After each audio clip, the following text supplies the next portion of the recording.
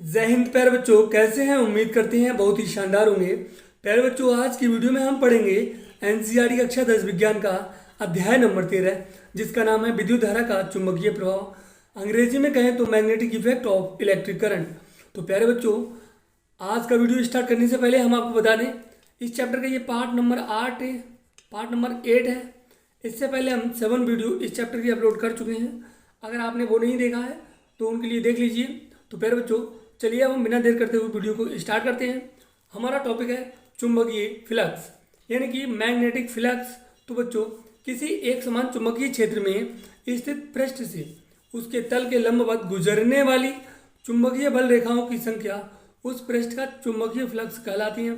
समझ लीजिए क्या होता है। किसी एक समान जो चुंबकीय क्षेत्र है, क्या है, एक समान अगर कोई चुंबकीय क्षेत्र है तो उसमें स्थित जो पृष्ठ से उसकी जो चुंबकीय बल रेखाएं होती हैं, तो चुंबकीय बल रेखाएं उसकी होती हैं, उन्हीं को क्या कहते हैं, हम चुंबकीय फ्लक्स कहते हैं। ठीक है बच्चों, आगे देखिए। पृष्ठ पर खींचा गया लंब चुंबकीय क्षेत्र V के साथ थीटा कोण बनाता है। प्यारे बच्चों, जैसा कि आप जानते हैं, फाई से हम जो है चुंबकीय फ्लक्स को प्रदर्शित करते हैं। फाई से तो फाई बराबर होता है बी ए कॉस थीटा, यानी कि बी का मतलब होता है चुंबकीय क्षेत्र और ए का मतलब होता है यहाँ पर आपका क्षेत्रफल। ठीक है बच्चों, चलिए। तो यहाँ पर हो जाएगा आपका चुंबकीय फ्लक्स का मान। अगर चुंबकीय फ्लक्स के मान की अगर हम बात करें तो पहला होता है, यदि थीटा बराबर 0 हो तो फाई बराबर बी होता है, अधिकतम होता है। फिर बच्चों क्या होता है, अधिकतम होता है। ठीक है, और यदि 90 डिग्री है तो थीटा बराबर 0 होता है, अर्थात फाई बराबर 0 हो जाएगा। ठीक है, न्यूनतम हो जाएगा। ऐसा क्यों होगा, ये बात थोड़ा ध्यान दीजिए। अगर हम थीटा बराबर इसमें 90 लगाते हैं तो हम जानते हैं कि कॉस 90 का मान कितना होता है। कॉस 90 का मान जो होता है, सॉरी, हाँ जी बिल्कुल, कॉस 0 का मान, क्योंकि 0 लगाएंगे थीटा की जगह पे, तो कॉस 0 का मान 1 होता है। तो हम जानते हैं जब 1 के बी ए से गुणा करेंगे तो बी ए आ जाएगा। और अगर थीटा बराबर 90 लगाएंगे तो हम जानते हैं कॉस 90 का मान 0 होता है, तो फाई का मान क्या आ जाएगा, यहाँ 0 आ जाएगा। इसका मतलब ये हो गया आपका न्यूनतम मान। ठीक है बच्चों, चलिए आगे देख लेते हैं। आगे है हमारा कि चुंबकीय फ्लक्स का मात्रक वेबर अथवा न्यूटन मीटर बाई एम्पियर। देखिए, चुंबकीय फ्लक्स का जो मात्रक होता है वेबर होता है या फिर न्यूटन मीटर बाई एम्पियर होता है। ठीक है बच्चों, आगे देखिए। यदि चुंबकीय क्षेत्र में एन फेरो वाली कुंडली रखी है तो चुंबकीय फ्लक्स क्या होगा। फिर बच्चों यहाँ पर थोड़ा ध्यान दीजिए। एक फॉर्मूला आपका ये हो गया था और दूसरा फॉर्मूला ये हो जाएगा। देखिए, ये फॉर्मूला जब लगाना है जब हमें फेरों की संख्या नहीं दी हो क्वेश्चन में, और जब फेरों की संख्या दी हो तो इस वाले फॉर्मूले को उपयोग करना है। ठीक है बच्चों, देखिए चुंबकीय क्षेत्र में एन फेरों वाली कुंडली रखी है तो चुंबकीय फ्लक्स क्या हो जाएगा, फाई बराबर एन बी ए कॉस थीटा, यानी एन का मतलब क्या हो जाएगा, एन फेरो वाली कुंडली की संख्या। ठीक है बच्चों, प्यारे बच्चों, अब हम बहुत ही शानदार टॉपिक को पढ़ लेते हैं, विद्युत चुंबकीय प्रेरण, यानी कि इलेक्ट्रोमैग्नेटिक इंडक्शन। अगर हम इसे कहें तो जब किसी बंद परिपथ से संबंधित चुंबकीय फ्लक्स में परिवर्तन होता है तो परिपथ में एक विद्युत वाहक बल प्रेरित हो जाता है, जिसके कारण परिपथ में धारा बहने लगती है। इस घटना को विद्युत चुंबकीय प्रेरण कहते हैं तथा उत्पन्न विद्युत वाहक बल को प्रेरित विद्युत वाहक बल और बल के कारण बहने वाली धारा को प्रेरित धारा कहते हैं। पहले बच्चों थोड़ा दिमाग लगाइए। क्या होता है, किसी बंद परिपथ में, ठीक है, उसके चुंबकीय फ्लक्स में कोई परिवर्तन होता है।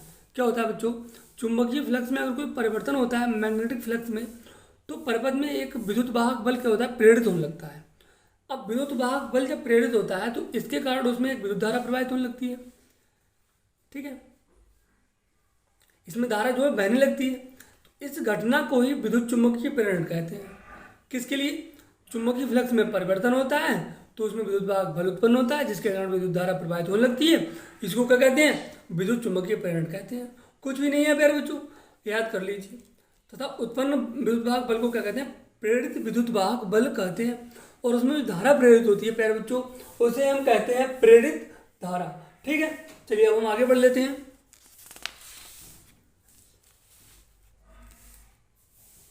प्यारे बच्चों, हमारा अगला टॉपिक है फैराडे के प्रयोग, यानी कि फैराडेज एक्सपेरिमेंट्स। तो विद्युत चुंबकीय प्रेरण की घटना को समझाने के लिए फैराडे ने निम्नलिखित प्रयोग किए। देखिए, विद्युत चुंबकीय प्रेरण की जो घटना है, ठीक है, इसको समझाने के लिए एक फैराडे नाम का वैज्ञानिक आ गए। ठीक है। अब भैया जब ये आए तो उन्होंने कहा भाई अब हम अपने हिसाब से देखेंगे, अब तक जो हुआ वो हुआ, अब हम अपने हिसाब से देखेंगे। तो उन्होंने क्या करा, इसके लिए एक्सपेरिमेंट करें। क्या करें, एक्सपेरिमेंट किए। तो दिए गए प्रयोगों में तारों की एक कुंडली को धारामापी से जोड़ा गया है। NS एक क्षण चुंबक है जिसे कुंडली के समीप अथवा दूर विस्थापित किया जा सकता है। तो प्यारे बच्चों चलिए इनके नियम को देख लेते हैं। तो प्यारे बच्चों प्रयोग संख्या 1 देख लेते हैं। तो इस स्थिति में चुंबक स्थिर होता है अतः कुंडली से बद्ध चुंबकीय फ्लक्स में कोई परिवर्तन न होने पर परिपथ में कोई धारा प्रवाहित नहीं होती है। देखिए उन्होंने जो पहला प्रयोग किया था इसके अनुसार क्या होता है, जब कोई चुंबक स्थिर होता है यानी कि चुंबक अपनी जगह पे रखा होता है और कुंडली को अपनी जगह पे फिक्स कर दिया जाता है। ठीक है, जब इन दोनों को अपनी अपनी जगह पे फिक्स कर दिया जाता है तो ना तो कोई चुंबकीय फ्लक्स में परिवर्तन होता है, ठीक है, और न परिपथ में कोई धारा प्रवाहित होती है, क्योंकि जब इन दोनों का एक दूसरे से संबंध ही अलग है। यानी कि अगर यहाँ पर जो चुंबक है दूर है, ठीक है, इसलिए जो है इन दोनों के जो कॉम्बिनेशन नहीं बन पा रहा है। ठीक है, पहले बच्चों इसमें धारा जो है वो आई यानी कि 0 बह रही है, यानी कि धारा जो है प्रवाहित नहीं हो रही है और इसका जो वेग है वो 0 है। ठीक है, चलिए अब हम इसका प्रयोग नंबर 2 देख लेते हैं। और यहाँ पर जैसा कि आप देख सकते हो धारा मापी है, उसका निशान कहाँ जा रहा है, बिल्कुल ऊपर जा रहा है। ठीक है, इसका मतलब इसमें धारा प्रवाहित नहीं हो रही है। प्यारे बच्चों अब हम इसका प्रयोग संख्या 2 देख लेते हैं। तो इस स्थिति में चुंबक का उत्तरी ध्रुव कुंडली की ओर गतिशील है, धारामापी में दाईं ओर विक्षेप प्राप्त होता है तथा परिपथ में वामावर्त दिशा में धारा प्रवाहित होती है। चुंबक को कुंडली की ओर ले जाने पर कुंडली से बद्ध चुंबकीय फ्लक्स बढ़ता है। परिपथ में धारा का प्रवाह यह दर्शाता है कि कुंडली से चुंबकीय फ्लक्स में परिवर्तन होने पर परिपथ में विद्युत धारा बहती है। इसे ध्यान दीजिए थोड़ा सा। इसमें क्या होता है बच्चों, जब हम देखिए ये तीर का निशान देख रहे हैं आप, इस तीर का निशान देखिए, जब हम इस चुंबक का बेग आगे लगा देते हैं यानी कि चुंबक को आगे बढ़ाते हैं और इधर जब क्या करते हैं, जब आगे बढ़ाते हैं तो हम जानते हैं कि चुंबकीय क्षेत्र है उसके समीप आ जाएगा, कुंडली के आ जाएगा कि नहीं आ जाएगा, हाँ जी बिल्कुल आ जाएगा। अब जब कुंडली के पास में चुंबकीय क्षेत्र उत्पन्न होने लगेगा तो सीधी सी बात है, हम जानते हैं जहाँ पर चुंबकीय क्षेत्र उत्पन्न होता है और सामने वाली वस्तु जो अगर धातु है, ठीक है, कुंडली है या फिर कोई परिपथ है, तो उसमें धारा अपने आप से क्या है प्रवाहित होने लगती है, क्योंकि वहाँ पे चुंबकीय क्षेत्र उत्पन्न हो जाता है इसलिए। तो बच्चों ये क्या होगी, कुंडली जो है यहाँ पर है, ठीक है, तो इसमें क्या है विद्युत धारा प्रवाहित होने लगेगी और जैसे कि हम धारामापी का चिन्ह देख सकते हैं कुछ इस प्रकार से दाईं तरफ मुड़ जाएगा। ठीक है बच्चों, कुंडली की ओर गतिशील चुंबक जो है कुंडली की तरफ गतिशील है। ठीक है बच्चों, चलिए प्यारे बच्चों हम इसका प्रयोग संख्या 3 देख लेते हैं। तो इस स्थिति में चुंबक का उत्तरी ध्रुव कुंडली से दूर ले जाया जाता है, धारामापी में बाईं ओर विक्षेप प्राप्त होता है, अतः चुंबक को कुंडली से दूर ले जाने पर कुंडली से बद्ध चुंबकीय फ्लक्स का मान घटता है। इस स्थिति में भी परिपथ में धारा का प्रभाव यह दर्शाता है कि कुंडली से बद्ध चुंबकीय फ्लक्स में परिवर्तन होने पर परिपथ में विद्युत धारा बहती है। देखिए समझ लीजिए, अब इसका क्या है, ये वाला चित्र बना हुआ है। अब जब क्या होता है, जब हम इसके लिए कुंडली के पास में ले आए थे, अभी पिछले वाले प्रयोग में हम पास में लाए थे, अब जो चुंबक है उसे हम कुंडली से दूर ले जाएं।